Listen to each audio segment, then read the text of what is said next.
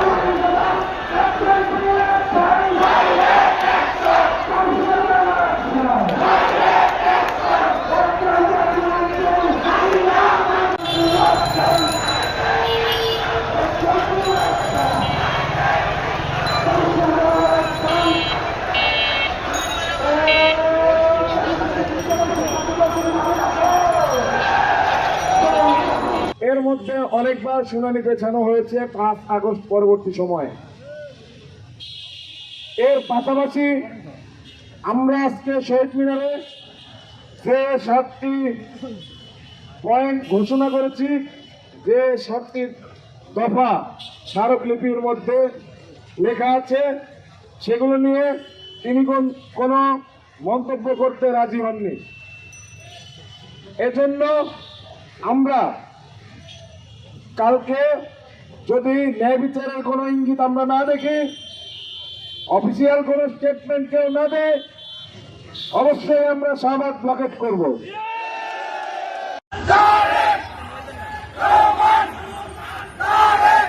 Nice nice nice.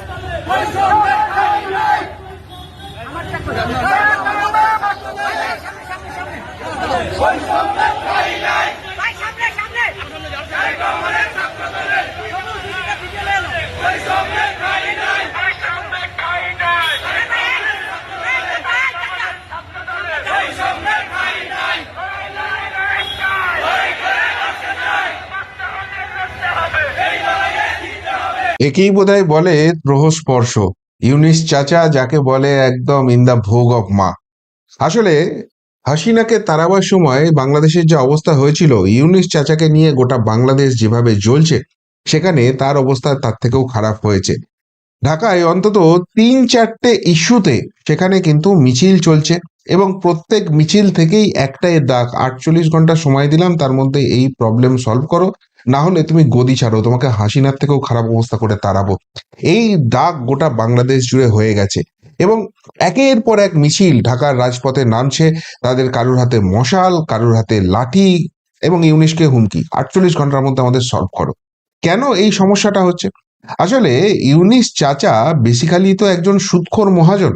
মুসলিম ধর্ম যেটা তিনি পালন করেন, যেখানে এই সুদ খাওয়াটাকে একটা একটা অপরাধ হিসেবে দেখা হয়, পাপ হিসেবে ধরা হয়, সেটাই তিনি করে এসছেন এতদিন ধরে। এবং শেখ হাসিনার অভিযোগ যে তিনি বাংলাদেশ ছাড়ার আগে বাংলাদেশের যে অর্থনৈতিক অবস্থা রেখে এসেছিলেন, সেখানে যে খাদ্যদ্রব্য মজুত করে এসেছিলেন, সেখানকার শেয়ার বাজারের যে অবস্থা এসেছিল, ইউনিস ক্ষমতা পাওয়ার পর সব ঝেড়ে ঝুড়ে ফাঁক করে দিয়েছে। ফলে বাংলাদেশের এখন হাঁড়ির হাল হয়ে গেছে। আর তার উপরে বাংলাদেশে এখন যুদ্ধ জিগির তুলে দিয়েছে, ভারতের বিরুদ্ধে যুদ্ধ করতে হবে, ভারত থেকে নিয়ে নেবো, তাদের সেখানে সন্ত্রাসবাদী মৌলবাদী শক্তিরা জেগে উঠছে। এবং এর ফলে যেটা সব থেকে সমস্যা হচ্ছে, মুশকিলে পড়েছেন সেখানকার সাধারণ স্থানীয় মানুষ। তাদের হাতে না আছে কাজ, না শিল্প আছে, শিল্পটা ধ্বংস হয়ে যাচ্ছে, টাকা পয়সা নেই। এদিকে নিত্য প্রয়োজনীয় জিনিসের দাম আকাশ ছোঁয়া হচ্ছে, তাদের হাতের বাইরে, নাগালের বাইরে চলে যাচ্ছে। ফলে মানুষ কিন্তু ক্ষেপে উঠছে। আর এর মাঝখানে যখন বাংলাদেশে হাঁড়ির হাল হয়ে গেছে, সেখানে তাদের সেইভাবে টাকা নেই, তখন ইউনিশ সরকার কি করছে, বিভিন্ন জায়গা থেকে এই টাকা কামানোর নিত্য নতুন পন্থা বার করছে, এবং এখানে ভ্যাট চাপিয়ে দিচ্ছে। যেমন কেউ যদি এখন রেস্টুরেন্টে খেতে যায়, তার উপর 15% ভ্যাট চাপিয়ে দিয়েছে এই ইউনূস সরকার, যেটা আগে ছিল 5% শেখ হাসিনার আমলে। এবার শুধুমাত্র তাই নয়, বিস্কুট, আচার, ম্যাট্রেস, টিস্যু পেপার, এই ধরনের যেগুলো মোটামুটি নিত্য প্রয়োজনীয় জিনিস হিসেবে লাগে, সেগুলো 15% ভ্যাট করে দিয়েছে। এমনকি এখন যদি বাংলাদেশে কেউ ড্রাইভিং লাইসেন্স বানাতে যায়, তার উপর 15% ভ্যাট বসিয়ে দিয়েছে। যেখানে পাচ্ছে ইউনূস চাচা শুধু ট্যাক্স বসিয়ে যাচ্ছে। ফলে এই মানুষগুলো কিন্তু এবার ক্ষেপে উঠেছে যে এই 5ই আগস্ট আমরা বলছিল না, আমরা নতুন স্বাধীনতার স্বাদ পেয়েছি, নতুন স্বাধীনতা, নতুন বাংলাদেশ। তো আসার পর ইউনূস চাচা যেটা করেছিল আফিমের নেশার মতো, ভারত থেকে 7 সিস্টার্স নিয়ে নেবো, ভারত থেকে পশ্চিমবঙ্গ, বিহার, ওড়িশা, ঝাড়খণ্ড সমস্তটা নিয়ে নেবো, নিয়ে একটা আলাদা বাংলাস্তান করব। ওই পুরনো সেনাবাহিনীর লোকেদের নিয়ে আসছে যারা লন্ডনে গিয়ে এতদিন লুকিয়েছিল, তাদেরকে নিয়ে এসছে, তারা সব হেঁপো রোগীর মতো হুঙ্কার ছাড়ছে, এই ভারতবর্ষের কলকাতা আমরা 4 দিনের মধ্যে দখল করতে যাচ্ছি।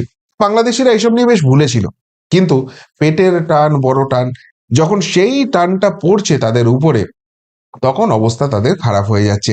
এবং পরিষ্কারভাবে তারা কিন্তু এবার রাস্তায় নেমে যাচ্ছে এবং রাস্তায় নেমে মিছিল করে বলছে যে ভাই 48 ঘন্টা সময় দিলাম, এর মধ্যে এই সমস্ত কিছু তোমরা তুলে নাও, আর যদি তুলে না নাও তাহলে কিন্তু তোমাকে তাড়াবো এবং শেখ হাসিনার থেকেও তোমার খারাপ অবস্থা করবো। তবে শুধু এই একটা ইস্যু নয়, একাধিক ইস্যু রয়েছে। আর একটা ইস্যু রয়েছে বিডিআর। তারাও দেখুন দলে দলে প্রতিবাদীরা ইউনূসের বাড়ির দিকে এগোচ্ছেন। 24 ঘন্টার চূড়ান্ত সময়, বড় বিপদের মুখে প্রধান উপদেষ্টা। এই বিডিআর ইস্যুটা কি?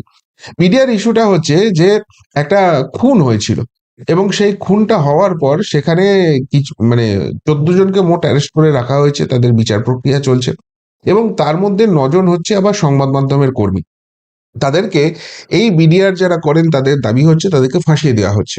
এবার মুশকিলের ব্যাপার হচ্ছে এরা দোষী না নির্দোষ সেটা তো প্রমাণ হবে যখন এদের বিচার হবে। কিন্তু বিচারের নামে এটা যেটা করছে যে একটা দিনও ওই শুনানিটা করছে না। অনেকটা আমাদের এই রাজ্যের শুনানির মতো, সুপ্রিম কোর্টে কেসগুলো যায় সেখানে হিয়ারিং হয় না, ঠিক সেই রকম একটা ব্যাপার চলছে। এবং সেখানে বলা হচ্ছে যে যদি ফাইনালি এটা নিয়ে কোনো হিয়ারিং না হয়, যদি এদের মুক্তির ব্যবস্থা ইউনূস প্রশাসন না করে, তাহলে কিন্তু সেখানেও তারা সেই একই জিনিস করবে। অর্থাৎ সোজা কথায় বলতে গেলে ইউনূস প্রশাসন কিন্তু 4 দিক থেকে ঘিরে যাচ্ছে। শেখ হাসিনার সময় যেটা ইস্যু ছিল যে শেখ হাসিনাকে তাড়াবে, এটাই ছিল বাংলাদেশের ওই সোকল ছাত্র যারা বেসিক্যালি চোর, তাদের দাবি, এবং তারা সেই ইস্যু নিয়ে রাজপথে নেমেছিল, একের পর এক ঘটনা ঘটছিল। কিন্তু এখানে ইউনূসের বিরুদ্ধে যে ক্ষোভটা হচ্ছে সেটা হচ্ছে বিভিন্ন ইস্যুতে ক্ষোভ হচ্ছে এবং বিভিন্ন মানুষ সেটাতে সংগঠিত হচ্ছে, রাজপথে নামছে, মশাল হাতে লাঠি হাতে তারা কিন্তু মিছিল করে যাচ্ছে। এবং প্রত্যেকেরই একটাই দাবি যে তোমাকে ভাই 48 ঘন্টা সময় দিলাম, এর মধ্যে সলিউশন কর। এর মধ্যে কিছু কিছু মানুষ রয়েছেন যারা ইউনূসকে নিয়ে অনেক স্বপ্ন দেখছিলেন, ইউনূস এসে অনেক স্বপ্ন দেখিয়েছিল, তাদের স্বপ্ন ভঙ্গ হয়েছে। তারা পরিষ্কার বুঝতে পারছে যে এই ইউনূসের দ্বারা বড় কিছু করা সম্ভব নয়। আমি প্রথমেই যার ভিডিওটা দেখালাম, চিৎকার করে বলছে আপনি ফেলিওর, আপনার দ্বারা হবে না ভাই, কেটে পড়ুন। আসলে বাংলাদেশের যে আর্থিক অবস্থাটা, তাদের যে সামরিক অবস্থাটা, এটা তারা খুব ভালো করে জানে।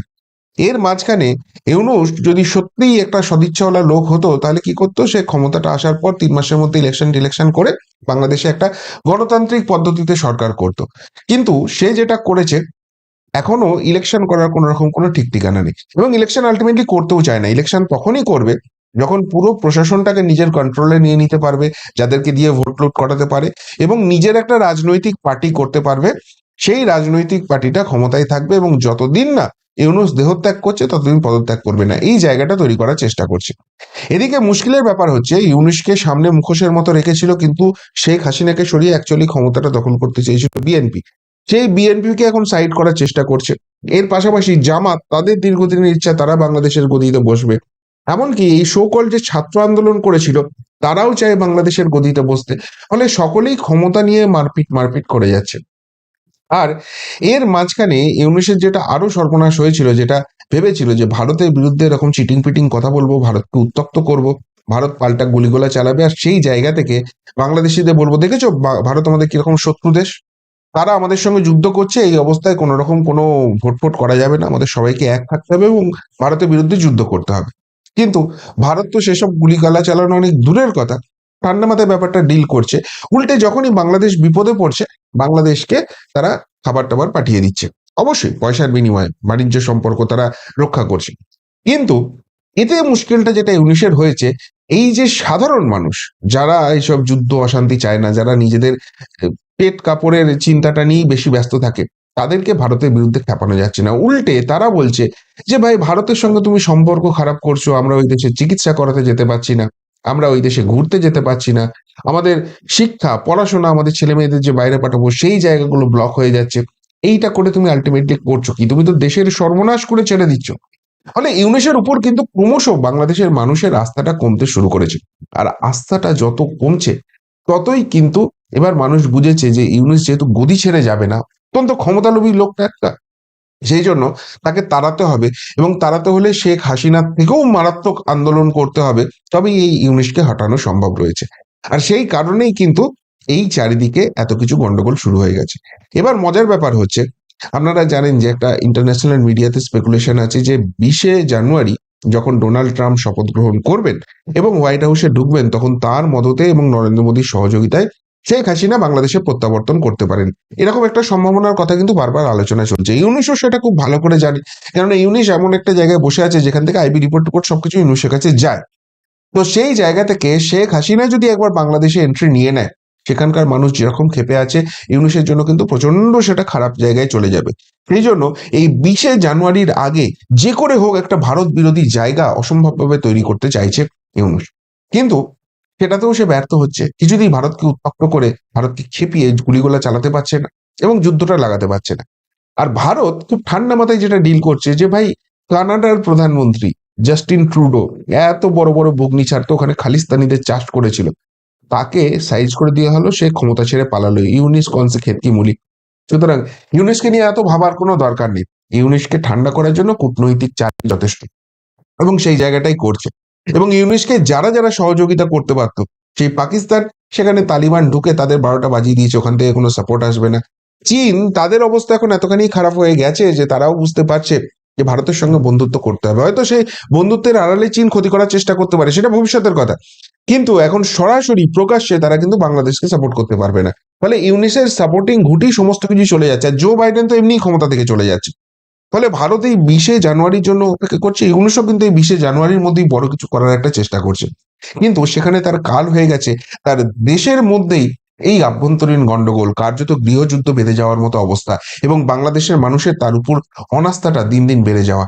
আর এই সবে মিলে ইউনিস চাচা ঘেঁটে হয়ে গেছে।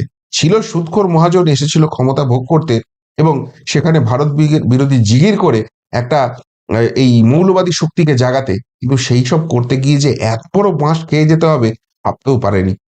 তবে বাংলাদেশের মানুষ যেরকম খেপেছে, এই 20শে জানুয়ারি অব্দি ইউনিস নিজের গদিটা টিকিয়ে রাখতে পারে কিনা, নাকি তাকে দৌড় করিয়ে ভাগাবে বাংলাদেশের মানুষই, সেটাই এখন সব থেকে বড় জল্পনার জায়গা হয়ে গেছে।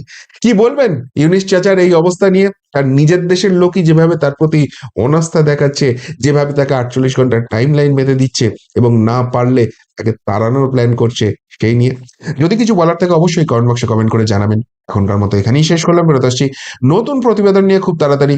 ভালো থাকবেন, সাথে থাকবেন, পাশে থাকবেন।